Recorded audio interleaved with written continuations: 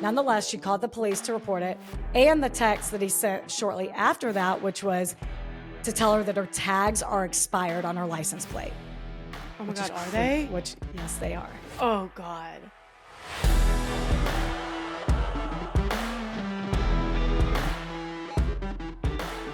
Hello, people. What up? I don't have anything at the top. A stellar intro as always. As usual, yeah. Rebecca, am going today. I don't have anything at the top. Do you? No, I'm coming off of a sinus infection, so if I sound a little nasally, sorry. I think you sound no different to me. Oh, okay, great. Well, then I can just jump right in. Go ahead. I actually have no idea. Who I'm doing? Yeah. All right. Well, I'm going to tell you about Kristil Krug. Kristil? Yes. Okay. It's Kristil. It just sounds like you're saying crystal, but with an accent. Kristil. Kristil. Yeah, I know, but I'm not. Okay. Sources: Denver Post, Broomfield DA's office. I have that twice. Why do I keep doing that? It's the court records. Okay, court records. You used court it so much. ABC News, NBC News, People Magazine, AP News. There is a Dateline. It's season 34, episode 1. What? That was probably like, what, 1995 or something? No, it was what season we on? Oh, I think 34. It's oh, recent. Shit. And I was like, damn it. I didn't realize there's also 2020. I didn't watch that one, but I don't know how long ago that was. A but I'm like, new oh, Dateline. Shit. This was a new one. This might start sounding familiar to me. Although I tend to, if I notice that a new Dateline actually aired, I usually watch it going to bed, and I, without a doubt, will fall asleep before the end. Yeah. So yeah. I wonder if this is one of them. That's what I did. I didn't finish the Dateline, but okay. But I started researching this before I realized there was a Dateline. I was like, oh shit. Anyway. Yeah. And my last source, arrest affidavit. Affidavit. I can't say that word. But that's a good source. Affidavit. You always say David. Alpha. Okay. Alpha David. Always. Like David's an alpha. Mm-hmm. Mm-hmm. We all know he's a beta, though. Right. Totally. Kristil Krug / Grisman was her maiden name. So I guess Kristil Grisman at this point was born on November 24th, 1980 in Boulder, Colorado. She grew up very interested in dance, which she rocked at, and science. So being smart as shit, she got a scholarship to the very prestigious Colorado School of Mines, which is known for its engineering and applied science program. And she studied biochemical engineering. Damn. Later, she transferred to University of Colorado in Boulder, where she met her now husband, Dan Krug, online. He was a political science major and later worked as a financial analyst at the Colorado Department of Public Health and Environment. And Kristil worked at Agilent Technologies as an engineer and project manager. They got married in 2007 and moved to Broomfield, Colorado, which is between Denver and Boulder. And by 2023, they had 3 kids who were between the ages of 8 and 14.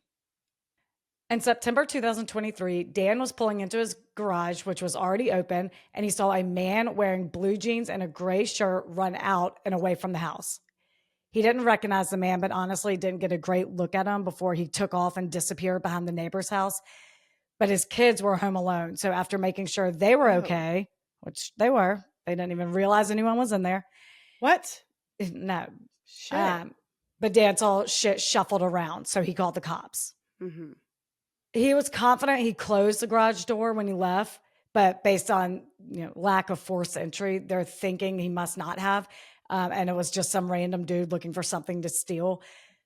But Dan didn't see that anything was missing, and they wrote it off as an attempted burglary who was caught in the act and fled. Wow. However, Kristil came home. She determined otherwise. She noticed that the spare key that they stored in the toolbox in the garage had been taken, which is the scariest thing to be taken. Yeah. So they updated cops, and Dan went to Home Depot to change all the locks. So he was like pulling up the driveway, and this dude just like ran out. Yeah. I think Yeah, I know. But I think before I said he was pulling into the garage, like he would have met him right there. Yeah. And nah, I meant the driveway. He was pulling in the driveway. Right. But at first, Kristil was more annoyed than scared. She didn't think there was a real threat until she started receiving some texts. And this would be the beginning of a torturous few months for the Krugs. Whoa. I know. On November 7th, 2023, so over a month after the break-in, Kristil met with Detective Martinez at Broomfield Police Station, voicing how exhausted she was and how paranoid she had become over the last few weeks. And as she's talking to him, she's like pulling out pages and pages of documents for him to review. The first text she got was on October 2nd from an unknown number that said, "Hi, Kristil, it's Anthony. Hope it's okay I looked you up. I go to Boulder every few weeks and thought we could hook up. You game?" The hell? Anthony is Kristil's ex-boyfriend, Jack Anthony Holland. Okay. Yeah. They dated for a few months over 20 years ago. No. It's okay. So more on this guy and their relationship. So Anthony and Kristil met in 1999 while they were both working at JCPenney after graduating high school. Anthony was 17 years old and she was 18. It wasn't that serious of a relationship from her end, but she was Anthony's first girlfriend, and he thought that they would be together forever, as you do in high school. Sure. To Anthony, Kristil was his first love. However, being young and I think going to separate colleges and wanting different things in life, Kristil broke up with him, but told her parents it wasn't an easy relationship to walk away from because he did not take it well at all, and she felt bad. Mm-hmm.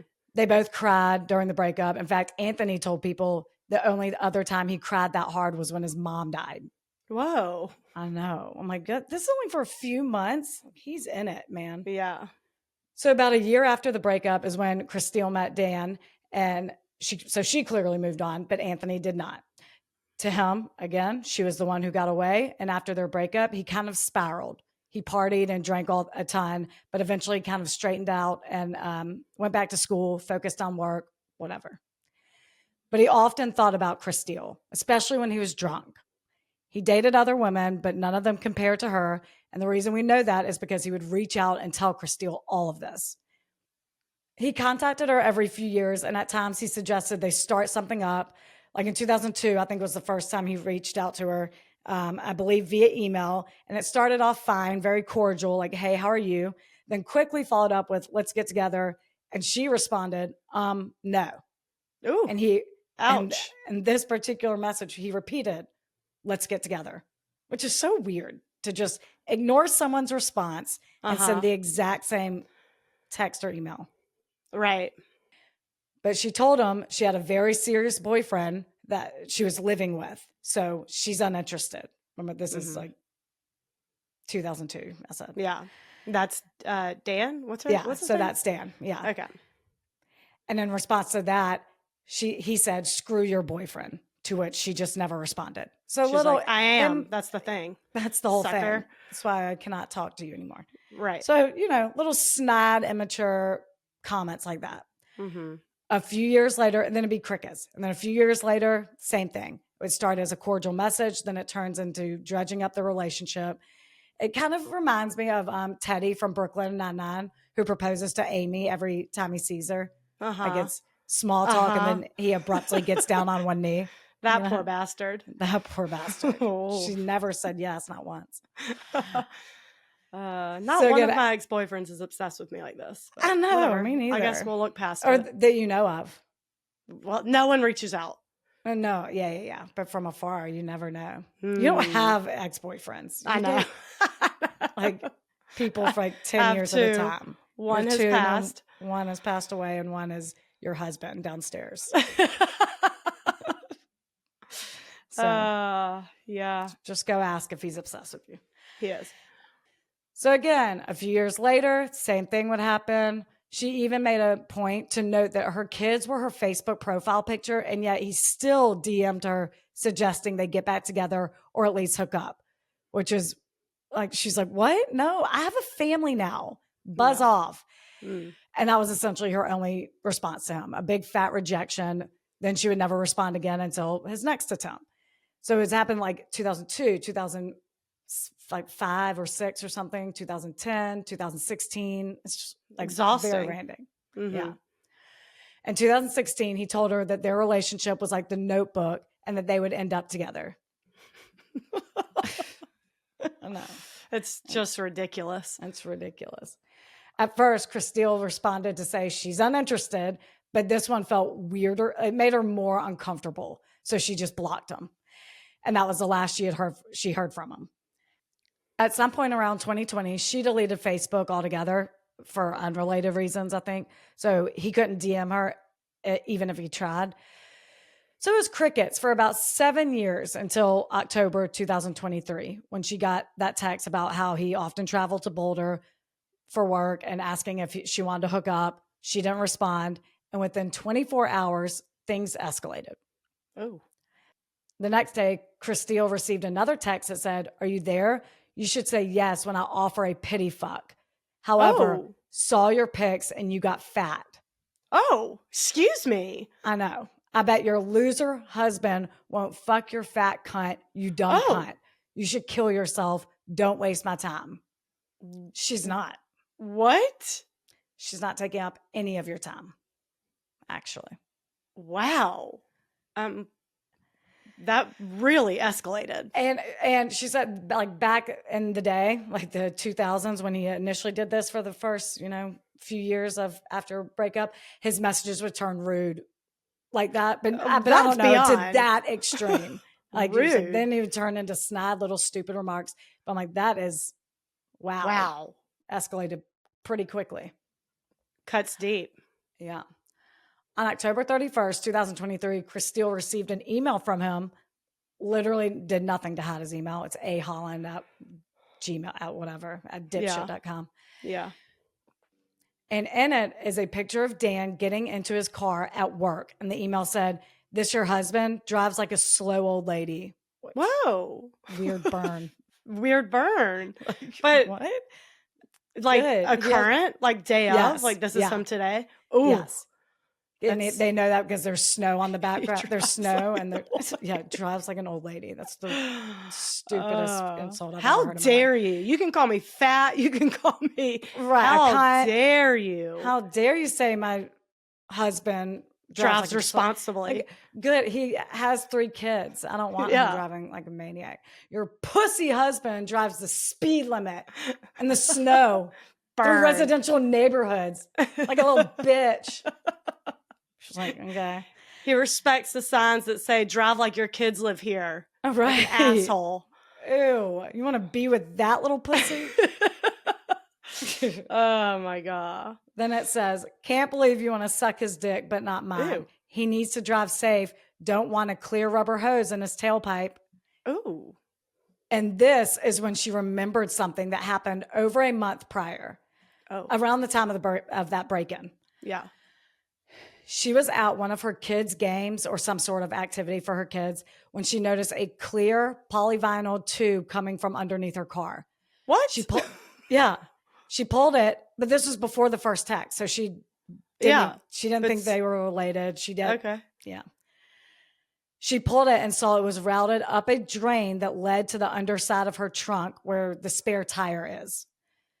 The end of this tube was charred and like slightly melted and had gravel in it from it being dragged on the road.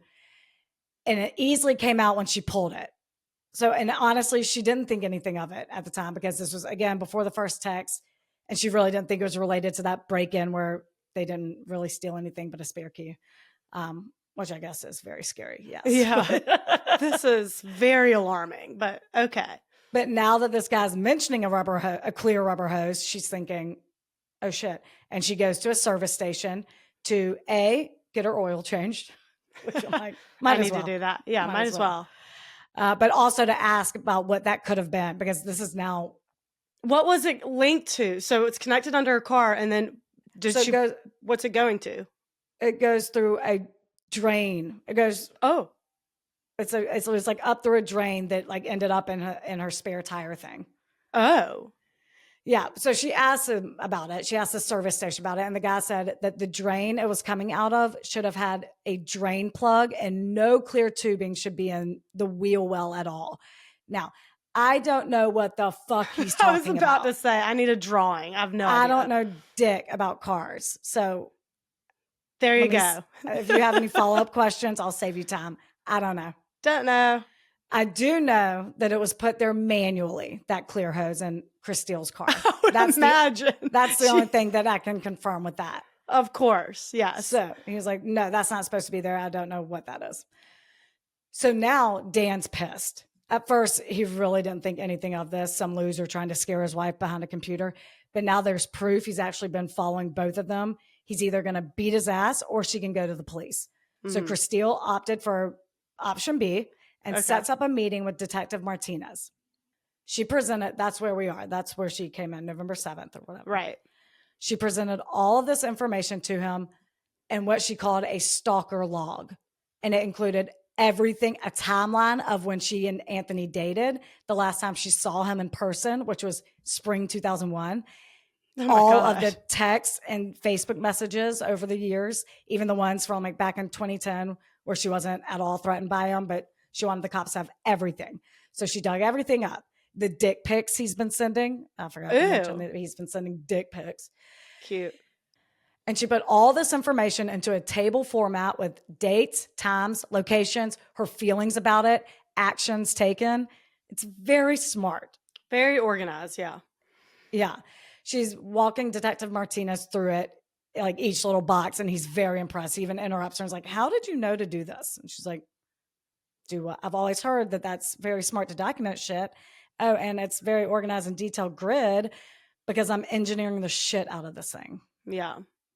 Not only is it smart for obvious reasons, but to get her initial feelings and instincts about it in that given moment is such a good call. Like when so much is going on and so many emotions, she may forget, like, I got this text, which might have had something to do with this or whatever that she otherwise would have forgotten had she not written it down. So like, she doesn't have to worry about leaving any details out. I'm like, yes, you right thing. You did the right thing. And because she had done so much work, by the end of the conversation, Detective Martinez took it very seriously. He agreed these were extremely concerning and said that he would stay on top of it. Kristil even took the liberty of digging up Anthony's info to find his address, and a few came up. It seems he moves around a lot, but there was no way of knowing which one was his current address from her end. I'm sure the cops are probably like, we got this. Yeah. But she like pulls it out and like gives it to Detective Martinez. He's like, oh, well, we can get this. Cops found that the messages were sent from a phone serviced by Verizon, and they used Text Now, which, for those that don't know, it's a free calling and texting service, and it allows you to disguise your number, similar to like Google Voice. Yeah. But it gives you unlimited talk and text wherever there's Wi-Fi. So you don't need a cell plan or anything. Yeah. And it allows you to change your number every 15 days. So when Kristil would block his number, he would just create a new one and text her from that. Yeah. So they hunt for his current address and they find two, one in Utah, one in Idaho.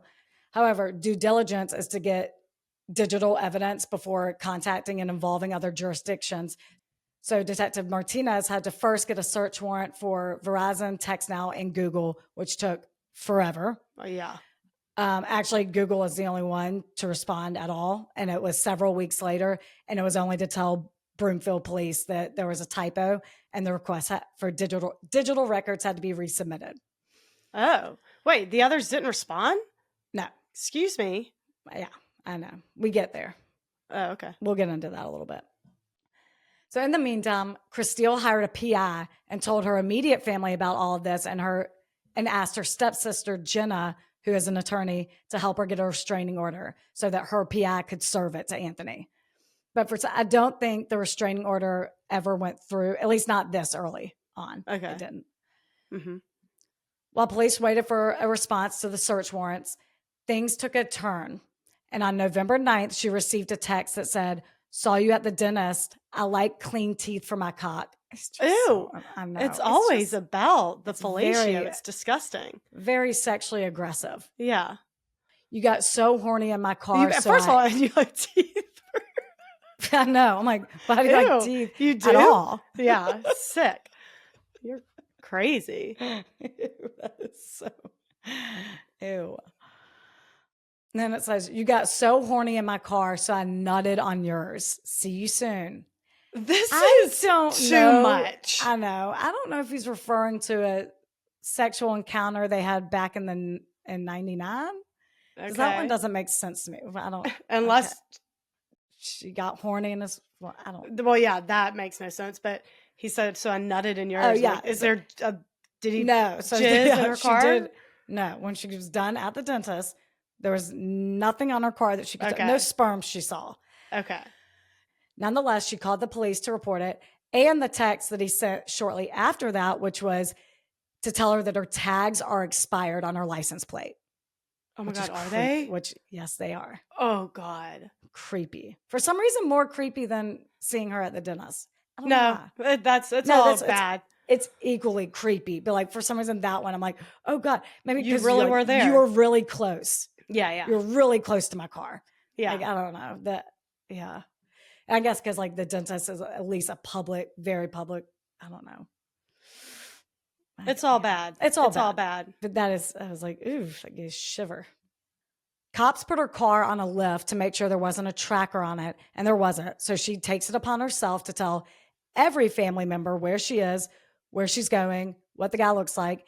And Dan puts up cameras all over their house, even puts one in her car to live stream wherever she went to capture anything that may happen in the car. Like if someone's following her or tries to run her off the road or Oh my worse, God. approaches the car, there will be footage. But I have to say, it is so sad to watch that footage. Oh, You see it? Okay. Yeah. There's a clip of it. So it's just basically her driving where you can see like everything around her. But yeah, you can just tell how scared she is. She's very teary. She's quickly wiping her eyes, trying to hold it together.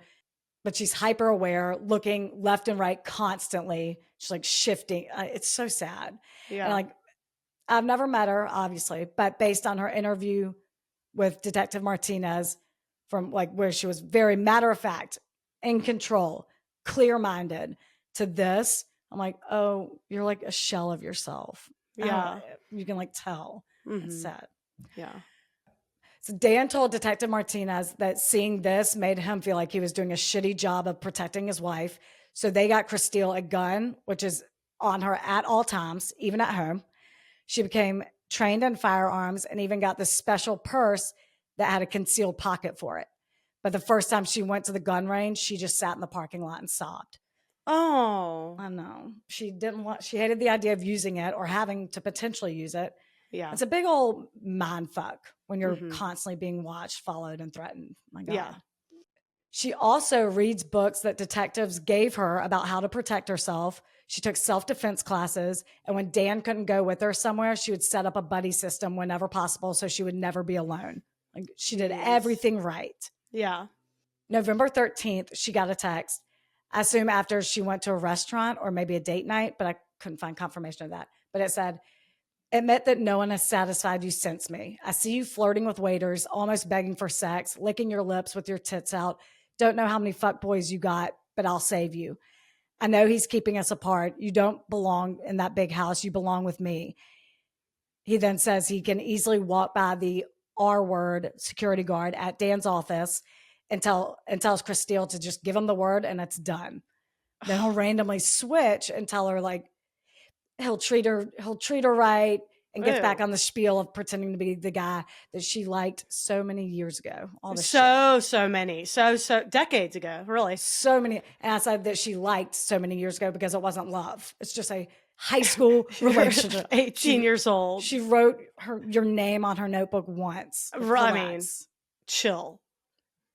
Thanksgiving 2023, police posted up outside of the Krug's home while family members had their Thanksgiving dinner. As usual, Kristil picked a seat at the table that was in view of the front door.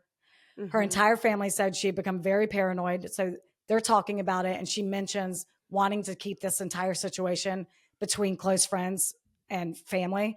And her cousin, Becky, who is a former prosecutor from Oregon, said, nope. Yeah. Oh. When you have a stalker, you need to tell everyone you know. outside of the family and friends. Tell your neighbors, tell your kids' teachers, print a picture of this guy if need be. Becky. Becky, Yes, step queen. in. Step in. Drop some knowledge at Thanksgiving. The more you know with Becky. Yes. So Kristil followed her advice. She told everyone in her life, including faculty and staff at her kids' schools. And as a result, the director of her daughter's Nutcracker play asked her to put a pause on attending school events out of fear that this man would show up and hurt someone. I just got chills. That is heartbreaking. Oh no, she was so excited about it. It makes sense because she has a school of children to protect. I know. God, what a gut punch. I mean, it killed Kristil. Can I solicit the help of the detectives to just be standing there? They come. They're invited to the Nutcracker. Yeah, that's true. Yeah. Okay. And her daughter was very disappointed. Like, oh my God. Oh, I can't with this. And yeah.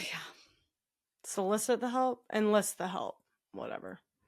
But yeah, that sucks. Missing your daughter's Christmas program because someone else is a lunatic. Yeah. So it all just, that blows. December 5th, he sent an email that says, "Hey, gorgeous." I really don't get this. "Hey, gorgeous, I can't visit you anymore. No more Colorado time. My girlfriend doesn't want us talking without her. She says you will let the cops get after me after you off him." I don't. Oh. Maybe Dan off it or himself. I don't know. Okay. We got a new place on the East Coast. She says you can move in. We like 3 ways. Okay. Bye. Kristil does not respond to this. She has yet to respond. She doesn't respond to any of this. So the next day she gets another email from Anthony using a different email address claiming that his other one was being watched. He said, "New phone too. Be strong. I'll come find you." The fuck? Again, I don't know if he's referring to his new phone, like he got a new phone, or hers, because at this point she had changed her number. So I don't know. I assume he's only emailing now though. But it seems like the be strong seems like be strong and like it's like a hang in there, I'll come save you type thing. Like he's really got it in his head that that she wants out of this marriage, and in reality she hasn't responded once. On December 14th, 2023, we see the Krug security cameras went offline a couple times throughout the night, but it was actively snowing. So I don't know if that had something to do with it or if they were being messed with. But by the morning, at least the garage door camera was fully on. Okay. And it showed at 6:45 a.m., Dan drove his car out of the garage to drop their oldest kid off at the bus stop. And he got back home just before 7 a.m. Mm-hmm. At 7:42 a.m., Kristil drove her car out of the garage with their 2 youngest children who she took to school, and she returned home just before 8 a.m. At 8:24 a.m., Dan drove out of the garage for work, which was about 45 minutes away. During his commute at 8:56 a.m., it's like, what is that? 30-ish minutes later. Yeah. Kristil texted him asking if he could pick up their daughter from school because she needed to go meet with Detective Martinez. Dan responded when he got to work at 9:15 and said, "Yes, I'll pick up their daughter," and asked her to put his lunch in the fridge because he left it on the counter, but she never responded. Oh. The Nest camera at the front door shows that the camera fell offline around the time she sent that text. The footage just goes black. And when it comes back online an hour or 2 later, there's blue painter's tape covering it. Shut up. I know. How creepy is that? Oh my God. So the camera's on and then goes off, comes back on, blue painter's tape's on it. Oof. No, thank you. It wasn't until around lunch Dan realized that she never responded. So he tried calling and texting her repeatedly and she didn't answer. Again, he's 45 minutes away. So he calls police to do a welfare check while he packs up and heads home. On the way, he also calls Kristil's mom, Linda, to update her on what's going on and asks that she go meet the cop over there since she lives less than 15 minutes away. Mm-hmm. Kristil's entire family lives less than 15 minutes away. Yeah. To which Linda, her mom, said, yes, on my way. Because she's obviously this has been petrifying for her too. Right. I'm bringing Becky. I'm bringing Becky from Oregon. She's in Mhm. Oregon. I know, but I just want her there. Broomfield police officer John O'Hare had already gotten to the Krug's house by the time Linda left her own house. He knocked on the front door, heard a yappy dog bark inside, but no one answered. He looked inside with his flashlight and saw nothing. Then he goes to the side of the house. What? Why'd you clarify that it was a yappy dog? Why is the Oh, dog no. taking a stray bullet with that insult? I just assumed if I said I heard a dog barking, you'd eventually I'm be like, oh my picturing God, a they had a German dog and Shepherd. whatever. And all I know is that it was, I don't know what kind of dog it was in case you asked. All I know is that it's yappy. Okay. There you go. So shove it. He goes to the side of the house and looks in a few windows and then pulls his cruiser into the driveway up to the garage door, which was closed, so he can step on the front bumper and look on the inside, the top windows. Oh, okay. And the Krug security camera is at the top of their driveway, so it captures all of this. And so does his body cam footage. His body cam's on. Uh-huh. He's looking through the window with his flashlight. He looks pretty relaxed, like he's just doing this to check a box. Doesn't really expect to see anything. But oh my God, when his flashlight hits on something, he's so startled. You can feel his adrenaline start pumping. You've seen it? Yes. Oh my God. He jumps back and off the bumper and he grabs his body cam, trying to reach for his walkie-talkie on his shoulder, and starts radioing for backup and medical using all the police codes. While he's pacing in circles in the driveway, he tells them he's forcing entry and immediately runs to the front door. And with one badass kick, that front door flies open. Hell and yeah. Pops out that gun and starts yelling police. Holy shit. First thing you see when that door flies open is their Christmas tree, which is awful. Oh yeah. And that dog hauling ass the other way. Right. No, According that to dog you. is nowhere in sight because he's petrified because he's not a good guard dog. Oh, puppy. Poor thing. Poor miniature schnauzer. No, that's what I picture. Really? That's That's what me I picture. too. Yeah. A white one. I don't know why. Yeah. Really? Yeah. That's crazy.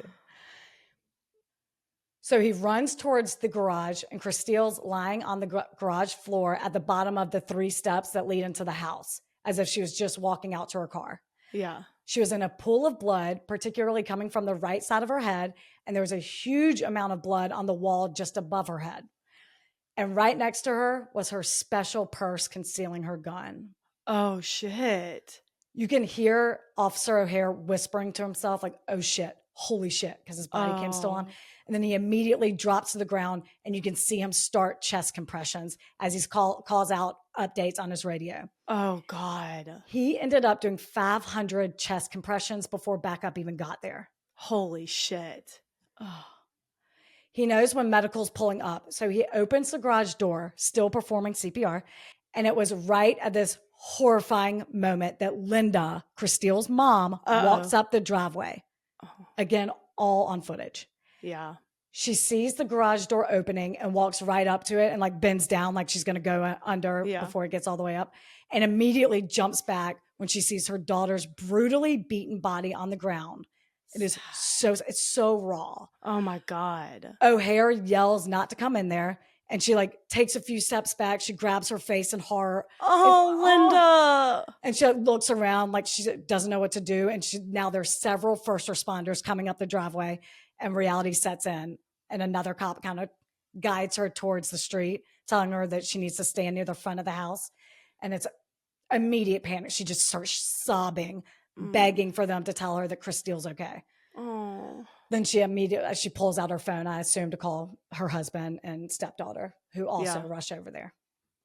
The EMTs arrive and start their life-saving efforts on Kristil. When Linda saw them rush a stretcher inside the garage, there was a sense of relief that she was at least going to the hospital. But again, caught on video, you can see that stretcher roll back out of the garage without Kristil on it. Oh. And that's when Linda said she knew she was dead. Oh my God. Oh, awful. Based on where Kristil was in the garage, it appeared she was ambushed as she was going to her car. She was struck in the head multiple times with a blunt object, then stabbed in the heart. Holy shit. So she couldn't have grabbed that gun even if she tried, because she never saw this coming. This is going a different direction than I thought. Yeah. It's so sad. What did you think? That she was involved? Yeah, that this was a ploy. That's why I was kind of taking No. it lightly before. Well, you can make fun of the stalker text messages. They're Well, stupid. That's the only thing we've. but I Yeah. wasn't sure. I don't know. Yeah. I wasn't believing it at first. Oh shit. Oh, no. Very real. Very much a victim. Very sad. Oh shit. Oh my god. This is awful. I know. She was so scared. I just like, oh. Wow. I am very caught off guard that this wasn't a That this is ploy. bad. Yes, Well, wow. okay. Hang in there. I feel like I wasn't as sympathetic to her in the beginning because I was like, I don't know about this. Well, because it's hard to be when it's all like you're getting text messages so far. She did find, the rubber hose. So, but so Yeah. far she's physically okay. Yeah. And we tell stories with plot twists. So that's fair of you to think that You've done me dirty like that before. You've done me dirty like that Yeah. before. Where I'm believing you, I'm feeling bad, and then the tables turn. Yeah. Oh, poor Kristil. I Wow. know. Okay. No, she is very much a victim. It was very unfair. Good God. Oh, it's infuriating. You'll see. So by the time Dan arrived, the yellow tape was already around the house. He went under one of them and tried to run in, but obviously he was stopped. And as soon as they told him, he, Linda, and Jenna, Kristil's stepsister, just sobbed in the driveway. Neighbors were outside watching everything, probably very shocked because remember, Dan and Kristil had just informed all of them about her stalker. Yeah. She got that advice on Thanksgiving, and this is December 14th. So they literally just informed everyone. Mm-hmm. So it's a chaotic scene, and Kristil's dad and more family members arrive at this awful, awful crime scene. Mm-hmm. And even in this very moment, Google, Verizon, nor TextNow have responded to Detective Martinez about the status of those search warrants. Lord. Which was the entire reason they hadn't contacted Utah or Idaho law enforcement. Protocol is not to involve other jurisdictions until they have that digital evidence so they can pinpoint at least which of Anthony's addresses is tied to these messages, which one to contact. Investigators did have a license plate, though, for Anthony. So they sent out an alert, and later that afternoon, they got a hit that his car was in north central Utah near Eagle Mountain. So they go ahead and contact local law enforcement there without the phone and email records. Digital evidence, schmidgital evidence, they say. Digital evidence be damned. Yeah. We ain't got time for waiting anymore. No, certainly not. And Utah PD find a current address linked to Anthony, which turns out to be his friend's house. So I don't get how they found the friend's address. Maybe his friend owns it and he's renting or something. A lease. I don't know. Yeah. So local police start the process of obtaining an arrest warrant. Meanwhile, Broomfield's chief of police, Inaya, I think is how you say it, Hempelman, contacted Google, TextNow, and Verizon to escalate the search warrants now that there had been a murder. And lo and behold, they had them in under an hour. Okay. I know. It always takes a death before action's taken. And I'm not trying to talk shit on them too much because I know these companies get a ton of subpoenas. Like in response to this specific case, Verizon said they had 325,000 requests. Oh my God. 75,000 are marked as emergency.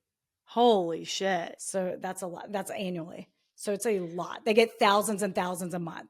And they generally don't know anything about the investigations. Yeah. Like the nature of the crimes, whatever. But my God. So I don't that's a lot. fully I get blame them, but something needs to change. I mean, that's a lot. Kristil's family is working on it. So, oh, good. Yeah, we'll touch on that after I wrap this up. It's like, had they jumped on it, had they gotten the search warrants day one when Kristil was only, air quotes, only being stalked, they could have made an arrest. And this would have been just a terrifying near miss that Kristil would have to cope with. But at least she'd be alive and her stalker would be in jail. Right. Oh, and we could say that about a lot of cases, I know. Mm-hmm. So finally, with the records in hand, because they got them in under an hour. Wow. Cops were able to get the IP address used to contact Kristil, and the messages were being sent from the address 4300 Cherry Creek Drive South in Glendale, Colorado, which cops were not at all expecting because that is the address of Dan's office. Damn it. I knew it. Did you? That was my second thought.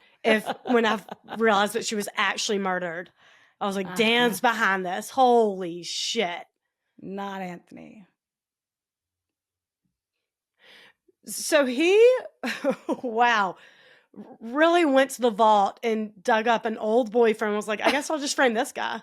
The one she dated before me. Sure. Guess.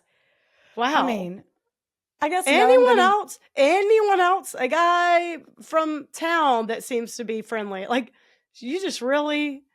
You went for it. Well, you went for it, huh? Well, Anthony was an easy target because he was the one, he did send those messages in the early 2000s up until 2016. Like the notebook or relationships, like in the notebook comment was Anthony. Yeah. Wow.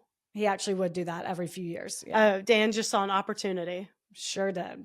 Wow. Sure What's his did. problem? Oh my God. We'll get to him. He is such a joke. God, fuck this guy.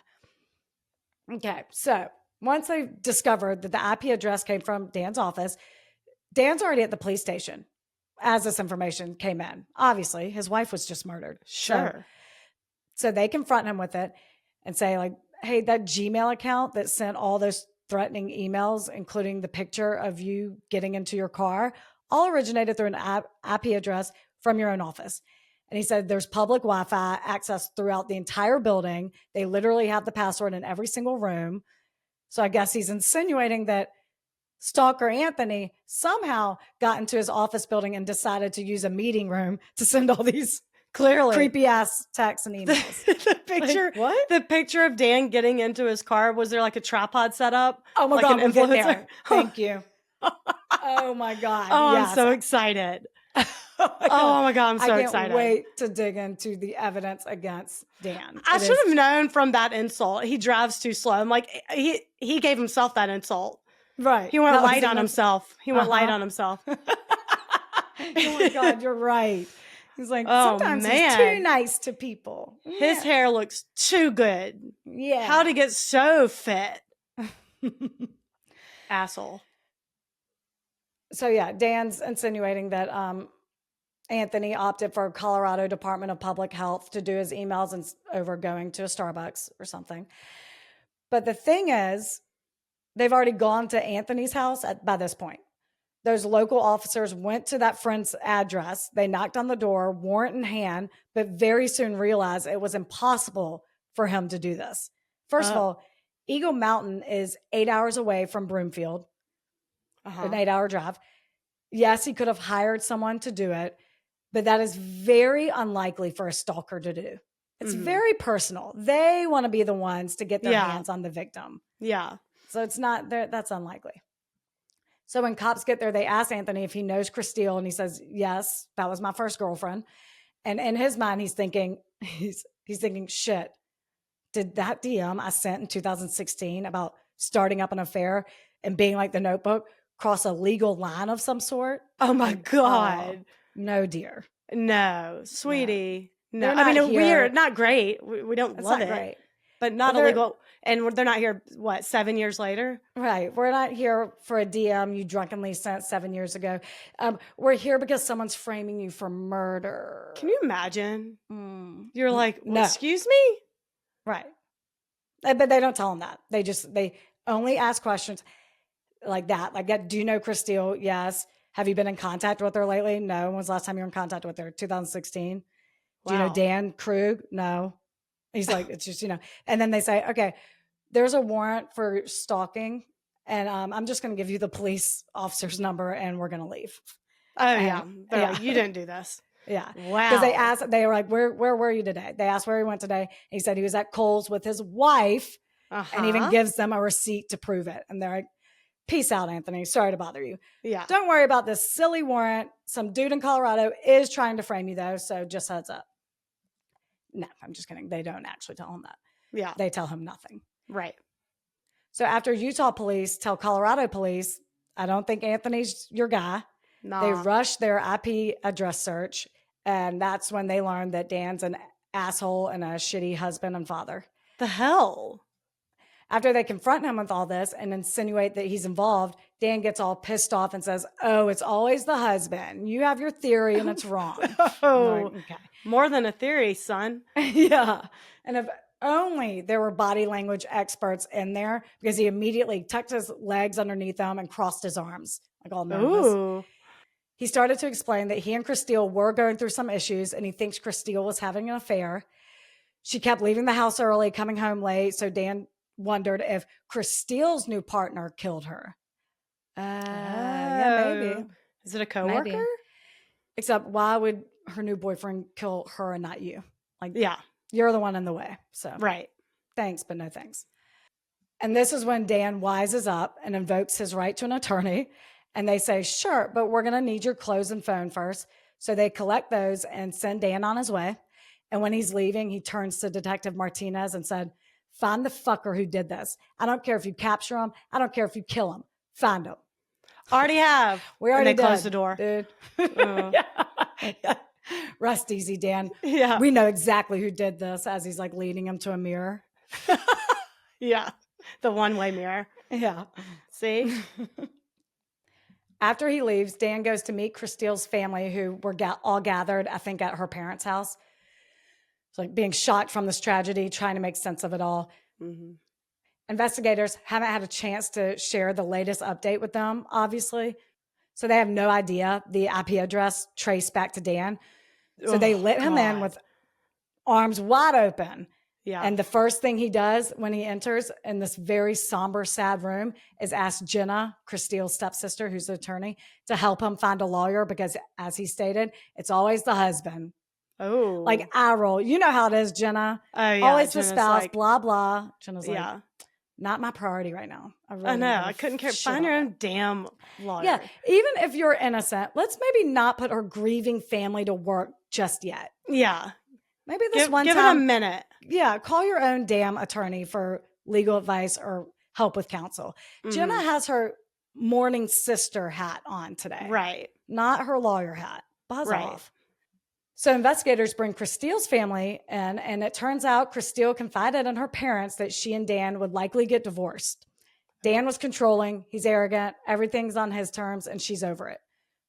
But not wanting to put her kids through that, she was planning to stay until their youngest kid was out of the house.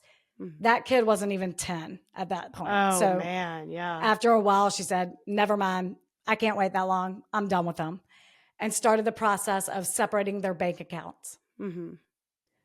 She even moved her shit out of their bedroom over a year before her murder. So they've been sleeping separately for quite some time. Yeah. Police asked Dan about this, and he admitted their marriage wasn't in good shape, but it was him who asked for the divorce. Okay. But unfortunately for him, Kristil not only documented the stalker messages, but her own thoughts about her marriage. And when searching the house, yes, she's a badass for sure. And when searching the house after she was murdered, cops found all these notes about it. And I say notes because based on what was submitted in evidence, it's not a journal per se. It's like on computer paper, and it's almost like bulleted out of things either she wants to say, or maybe she's organizing her thoughts and she did say to him. I don't know. Yeah. But it says something about how it's time for a divorce. We're not partners or friends, and that she didn't trust him around the kids. Wow. On top of that, there's more damning evidence against Dan. First up, the stalker photo of Dan in the office parking lot. Let's get that one over with. I can't wait to post this picture if I can find it. For some reason, I'm like trying to Google it, and cannot find it, but I've seen it. I'm like, damn it, where did I see that? You always got to save it right then and there. I know. It's so annoying of me. But, oh, my God. No, I'll find it again. I can't wait to post it. First of all, it is so close up. You didn't notice it would be impossible for Dan not to see someone taking this. The camera's like 5 feet away from him. Yes. He literally set up a tripod like a content creator. That's yeah, like an influencer TikToking a day in the life as a working husband and father, you know? Sets up a tripod of you walking your car, and then you have to run back to get it, but you cut that part, obviously. Obviously. And all his coworkers are like, no, I think you have the wrong guy because I heard Dolly Parton's 9 to 5 playing while he was doing it. So I think he's just Instagramming. Yeah, he TikToking. turned around right after that and did like a coordinated dance, a choreographed dance, excuse me. And then cried about his work-life balance. Yeah, So, yes. I don't know. Yeah. Anyway, also digital forensics experts were able to determine that the photo had been taken in selfie mode, which is hilarious and crazy. My I mean, first of all, everything we do is traceable. Oh my God. They can tell That's traceable. That's interesting. Wow. I know. They can figure out that you opened the camera and flipped it around to selfie mode. My goodness. Yeah. Well, yeah, I guess so. Because if he deleted it and they just recovered all that. God, I was going to laugh so hard if a coworker came forward and was like, oh, I took that. He asked me to. Yeah, he made me feed him the lyrics to Bossy. Bossy. Bitch, you loved it. Hey, yeah, God, forgot about that song. The phone that first texted Kristil was a burner phone, and investigators discovered it was bought using a gift card 6 months prior, and the gift card was registered to Dan's email address. Oh my God. Yeah, he's an idiot. This is awful. The text Kristil sent him on the day she was murdered, asking him to pick up their daughter and their kids. Well, that was a scheduled text to be sent at 8:56 from her phone to his. So it looked like she was still alive when he left for work. However, she was not. Wow. Yeah. She was already dead when that text went out. Diabolical. Yeah. Wow. And that wasn't the only text that was scheduled from her phone. One was to Detective Martinez that said, I can't do this anymore. I confess, I've had an affair for 18 months. We framed Anthony and pushed it on Dan. I just broke up with my boyfriend and we're coming to the station to give statements. Be there in 30 minutes. Just text the lead investigator in her stalker case that. Okay. She couldn't stand it, even for another 30 minutes. Right. She was on her way? She couldn't wait? On her way. Couldn't wait. God. Did that go through? That went through. Oh, wow. Then a message went to her brother that said, I can't keep up the lies. I've had an affair for 18 months. We framed Anthony. Okay. No one is sending vague confessions via text, you moron. Damn. Seems like he rushed that last one. That was a last minute decision. Yeah. Text the brother. Mm-hmm. Since he knows how hard Detective Martinez was pushing to get those phone and email records, he knew Anthony was eventually going to be ruled out. And that's why I'm assuming he's pushing this new storyline of Kristil and her phantom boyfriend framing Anthony. Right. And which is such a stupid cover story. It makes no sense. Like I can't come up with one motive as to why they would do that. Right. Like, no. And then have her, she's in on this murder of herself. Well, I don't understand. I have no, I mean, he's in really panic mode. He's getting real sloppy. Right. But that's to me, the story he's selling. Yeah, that they're in this together. Her and her boyfriend are in this together, sending her stalker messages for God knows what reason, trying to frame Anthony. But I'm guessing since she texted Detective Martinez, we'll be there in 30 minutes. Like when she doesn't show up in 30 minutes, he'll do a welfare check, see she's dead, and know she was with her boyfriend. Yeah, the boyfriend. She did just break up with him. She told me to break up with him. Yeah. Okay. Good one, Dan. No, that's good. The boyfriend, again, the IP address is your office, so it's a coworker. So oh no. Who do you suspect? Who is it? Yeah, you tell us. It's just insane. Wow. The picture is hilarious. The best. Like, you're an idiot. You better find it. I'll find it. I will.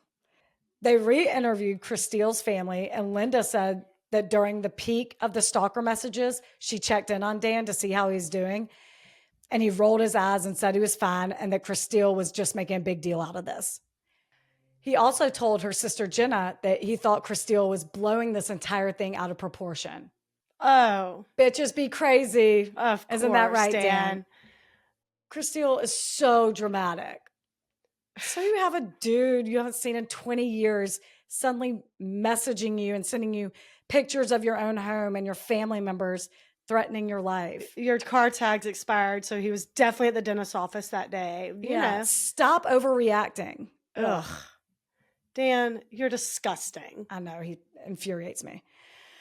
So the most obnoxious, the motive, obviously the divorce, but he's a man with a plan. So he initially came up with this as a way to scare Kristil into staying with him. He wanted her to change her mind about the divorce by thinking her life was in danger and she needed protection. But when she became hysterical and called the police, his plan started to unravel, especially once they started submitting search warrants to get those digital records. Yeah. That was a real panic moment for him. He needed to keep her from pursuing this any further, so he killed her. His final act of control. Wow. This idiot thought that he could harass and stalk Kristil to that level, and she would do nothing but run into his weak little arms. Right. Are you new? She has 3 kids to protect, and the stalker's watching her every move. He knew where she lived, put shit under her car, threatened to kill you, her husband. You didn't think she would do anything with that information? She was carrying her purse with a gun in it, right? Yeah. When she was murdered? Yeah. Wow. But he ambushed her from behind. Well, yeah, but I'm just saying, like, he was panicked. Yeah. So ambush her while she's holding a gun, essentially. Yeah, he chose a beating death, which is so cruel. We'll get in that too a little bit, but he's just an idiot. And who's going to downplay this type of stalker? We've seen this movie. We know how it ends. Yeah. We're going to go to the cops. You fucking idiot. Right. And we know the whole scare tactic by way of catfishing was his plan because he's done this before. Stop it. When Dan's arrest went public, he's arrested, by the way. Oh, no, why? I don't know. It's all circumstantial. It's crazy. When Dan's arrest went public, a woman contacted Broomfield police. She had dated Dan about 20 years ago. So oddly enough, about when Kristil was dating Anthony. And she said to this day, she's still scared of Dan. So scared that she asked police to keep her identity a secret. Oh my God. So she dated Dan for over a year in high school and college, but broke up with him in the fall of 2000 because they were going to different colleges. I think she was somewhere on the West Coast. He went east. Shortly after the breakup, she started receiving strange messages and phone calls. Dan created numerous fake identities, pretending to be a friend of Dan's or like his roommate or whoever. And they would just gush over him and told her that she should cherish him. Okay. Just, it's so like every guy I've ever met. Transparent.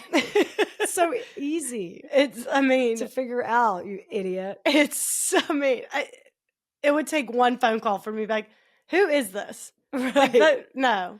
My ex's friends don't do this. They don't care enough to. No one cares enough. My girlfriends wouldn't do this for me. Like this, no one cares enough about a high school romance to do this. Right. Absolutely not. This is bizarre. So they started out just, gushing. But then, just like in Kristil's case, they became threatening, trying to scare this ex-girlfriend back to Dan. I don't have any details of what they said, what the messages said or whatever, but she was scared enough to report it to campus police. And after the school investigated for 3 months, they linked the IP address to a computer at Dan's college on the East Coast. He didn't learn? He didn't learn. Well, no, of course they did. If he's saying that, like, hey, it's Dan's roommate, Bob. Dan is awesome, don't you think? Oh, yeah. I don't know what. Yeah, but that is how they caught him. Well, I guess they probably looked up. They probably called the school and was like, is there a John Smith? Because that's what Dan used. Yeah. And enrolled in that college or whatever. And they just found out it was Dan. Gosh, he really didn't learn. I know. Granted, technology only got better. Technology only got better. 20 years later, you're still doing this? The invention of the iPhone has only created more hurdles for you. What were you thinking? You were caught the same way 20 years ago, you moron. Oh, dipshittery. I love it. I know. It's fantastic, but what a dipshit. But for that case, the woman was granted a restraining order, a temporary one, but authorities never charged Dan with anything. Okay. On top of everything else working against him, prosecution outlined the outages of all the cameras in their house, except the one by the garage that showed Dan's alibi leaving for work. Were all disconnected manually. So not by snow or any of that shit. God. And Dan is the only one with access to turn them off. There you go. There you go. Also, investigators found disturbing internet searches on Dan's personal phone the night before Kristil was murdered. Things like, when is a head injury a cause for concern? How hard would you have to hit someone in the head to make them unconscious? How long can you be unconscious without brain damage? Shit like that. Okay. And to premeditate a murder by beating is extra cruel. Yeah, you want her to suffer. Yeah. And not only is it not a quick death, it's not a sure thing. Like, she had a gun with her. She could have pulled that out. You have no idea. Right. But you were fine risking it if it meant getting to beat her to death. He is a monster. Yeah. It's gross. Ugh. So with all the evidence, prosecution argued that when Kristil returned home from taking her kids to school, Dan was hiding in the garage waiting on her. Knowing she had a gun, again, he had to make sure that she did not see it coming. So as she was walking into the house, he ambushed her, hitting her in the back of the head multiple times. That alone would have killed her. But I guess he was worried it wouldn't. So he turned her around and stabbed her in the heart. Jesus. It's so cruel. Yeah. Anthony Holland testified as a witness. That poor bastard. Said Dan didn't look at him once. He admitted he reached out to Kristil in those years of 2002, 2010, 2016, whatever. And they became Facebook friends. And during one of those, he explains that during one of those instances, he was drunk and sent her a message about, apologizing for things he did in their relationship. This was the 2016 message. Oh, poor Anthony. And, I know. And their relationship being like the Notebook. Kristil blocked him, which he did know about. And that was the last time he had any contact with her.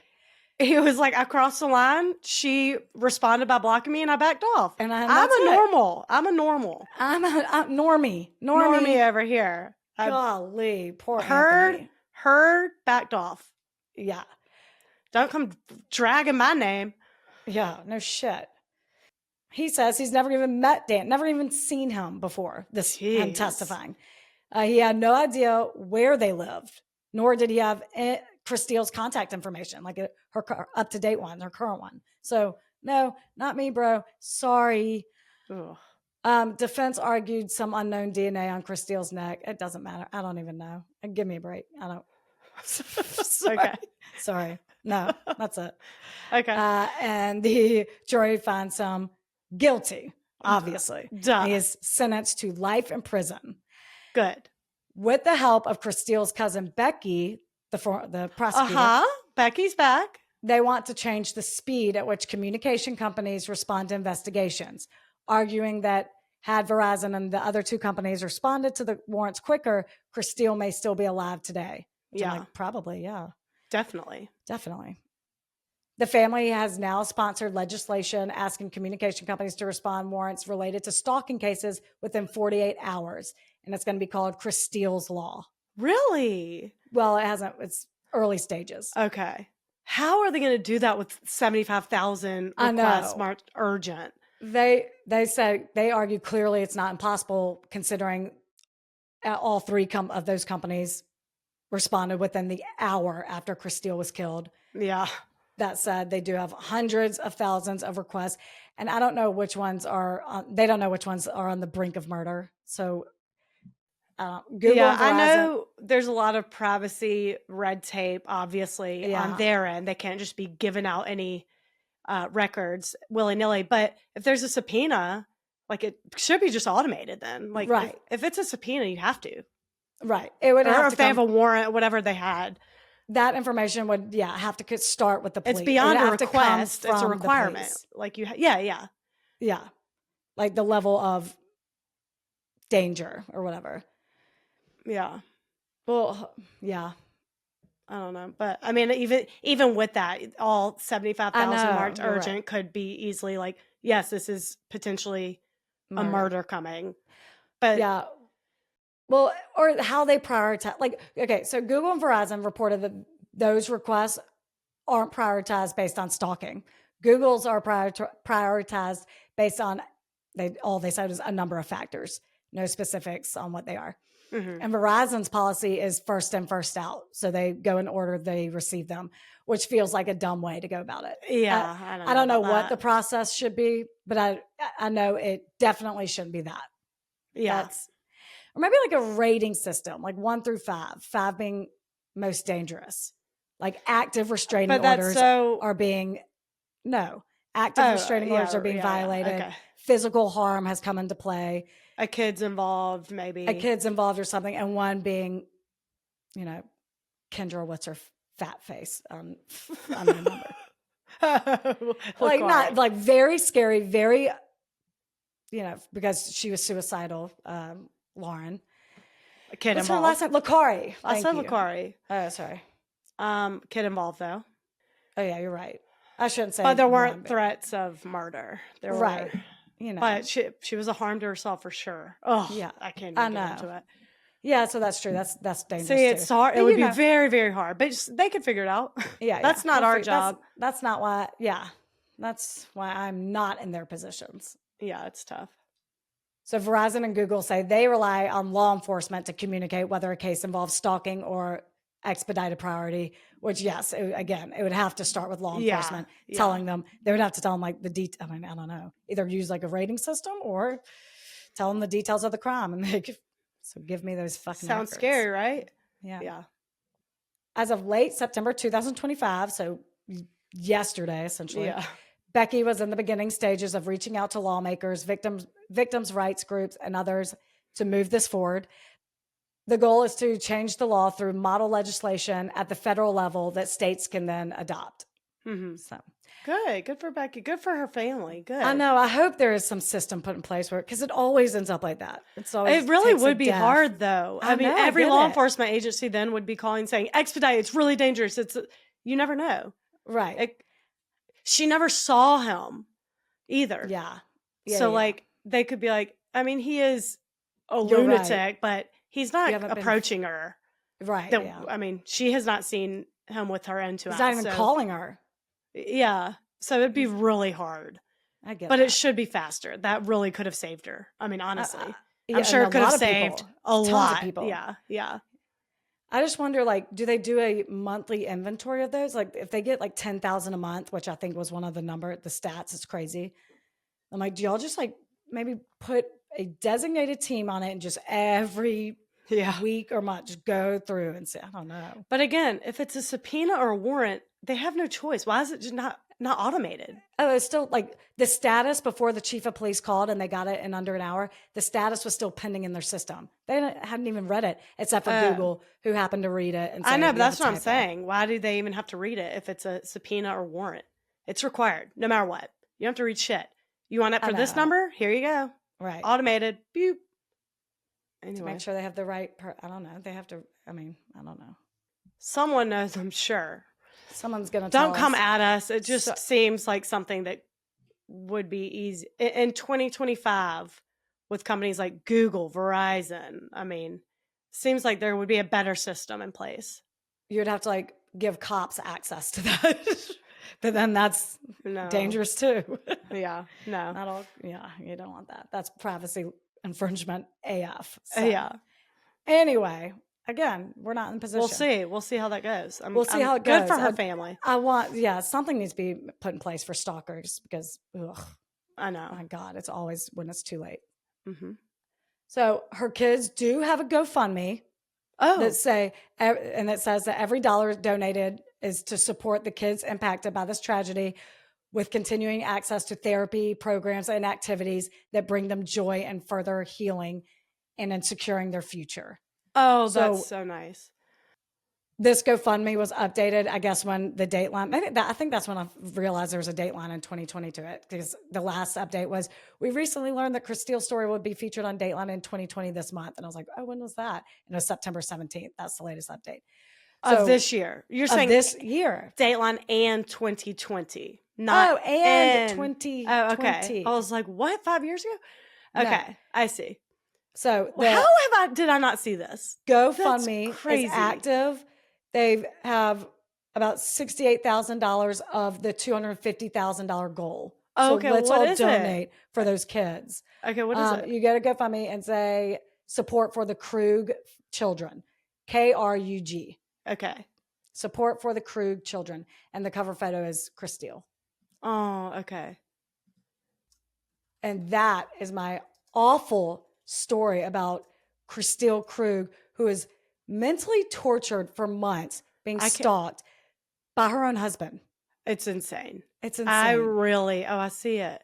I cannot believe that. And so many dick moves. Hold on. Dick move number one, having her mom come over because for the welfare check. He was playing a part. But he wasn't, because Linda said whenever there was a problem at the house or wherever he needed something, he would call Kristil's brother and his wife. Like, she was like, he has never called me to go over there. It would be Kristil's brother. Why did he ask me to go over there? Because she thinks he was trying to, stick it to her one more time. I want you to find your daughter. He's a dick. Oh my God. He's a real monster. He hates Linda too? No, he didn't seem to, but okay. They always thought he was arrogant. Yeah. The parents are privy to this pending divorce. Yeah. Okay. So, they're going to side with the daughter. I don't know. I think they supported Kristil. Yeah, sure. The nerve of them supporting her daughter through wanting to get a divorce. And therefore he was like, I'm going to fucking show you. Also, 11 days before Christmas, dick move. Christmas is forever ruined for those kids. That's so sad. My God. I know, it's sad. And everyone talks about how sad it is that Kristil did everything right and was still killed. But in reality, she was killed because she did everything right. Mm-hmm. She was determined for cops to take this seriously and to solve her case. And Dan, panicked and did the worst thing he could do. What a dick. He is horrible. God, that went so opposite of where I thought it was going. Good. But not good. Horrible. I wish Kristil was in on it. I wish it was just one big scam. Uh-huh. But sadly, it's not. Poor Kristil, you did not deserve that. No. Screw you, Dan. Fuck off. Have a nice life. Sentence, that is. Custom shout out from Kimberly. I'd like to shout out my podcast co-host, Meredith. Thank you so much for going on this adventure with me. I'm having so much fun laughing at ourselves. We just launched our podcast called Mildly Thriving because we don't feel like we're crushing it, but we're also not totally failing. And we cannot be alone in that feeling. No, you're not alone. You're not. Mildly Thriving is our laid back corner of the internet where we, two millennial women, try our best and mostly make fun of ourselves along the way. From daily wins to what the fuck moments to the weird and wonderful realities of adulthood, we're sharing honest conversations about what it really means to be mildly thriving. Because honestly, mildly thriving is thriving enough. Yeah, it is. That's right. Yes, it is. Hey, at least it's thriving. Hey, y'all and us both, sisters. Yeah. So there you go. You used that shout out exactly how I would have. Shout out your side gig. Yes, go listen. My Favorite Murders 9-year anniversary or whatever. They asked for everyone's first time listening to them and what people have done with themselves in the last 9 years. Yeah. And I wrote this big old email, y'all walk so we could run. And I explained the podcast, hoping that they would read it on their show and we could get 67 million more listeners. Would be clutch, but no such luck. Oh, well. Karen, Georgia. Come on. But that's awesome. Mildly thriving. Awesome. And I love y'all's cover photo. It's a house plant. Okay. And she has sunglasses on and she seems happy, but her leaves are slightly dying. Oh, wait.